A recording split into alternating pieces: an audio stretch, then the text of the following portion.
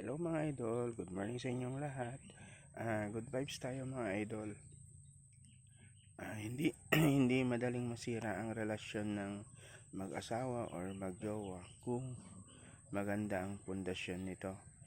Yun yung dapat pagandahin natin para hindi masisira yung natin. Relationship natin sa ating mga partner, mag-asawa man yan or magjowa. Kasi bibigyan ko kayo ng senaryo katulad ng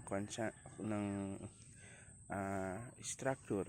Sabihin na natin building yan or bridge yan.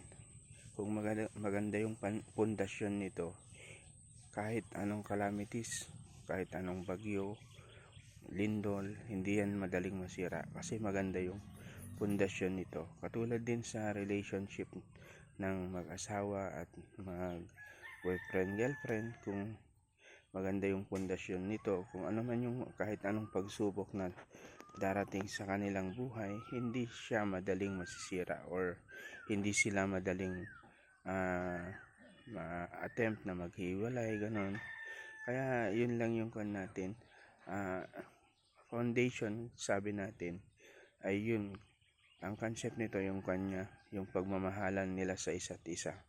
Kung kontento na sila sa isa't isa, kung ano man yung halimbawa sana yung weakness ng inyong partner, kayo na yung magpupulfill doon, at kung ano man yung lack ng iyong partner, parang nyo na, parang we love our partner as a whole. Kung ano man yung kung may weakness man sila, tayo na yung magpupulfill doon. Hindi natin yun yung pupunain, kundi tayo na yung magpupulfill.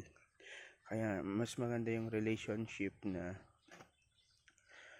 you love each other. Tapos kasi sabi nga nila, walang relationship na perfect, pero magiging perfect yan, depende sa inyo. Kaya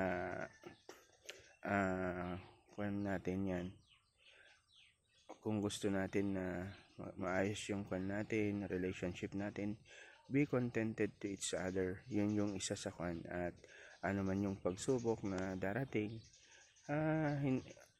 kung kaya yung pag-usapan ng maayos, kung ano man yung darating na problema sa inyong buhay, hindi yung mag-aaway kayo. At kung kasalanan nung isa, kung pinapagalitan ka nung isa, makikinig ka kasi kasalanan mo nga, and humingi ka ng sorry. Pero sometimes kasi lalaki yung palaging nagsusorry sa mga partner nila kasi mas malambot talaga ang puso ng mga babae. Kaya given na yan mga idol. Kaya yun lang mga idol. Thank you for watching, at sana hindi kayo magsasawa sa pag-support sa akin kahit hindi pa ganun kaayos yung mga natin, yung mga content natin, pero in the end mapapaganda pa natin. Thank you for watching again. Bye bye. God bless to everyone.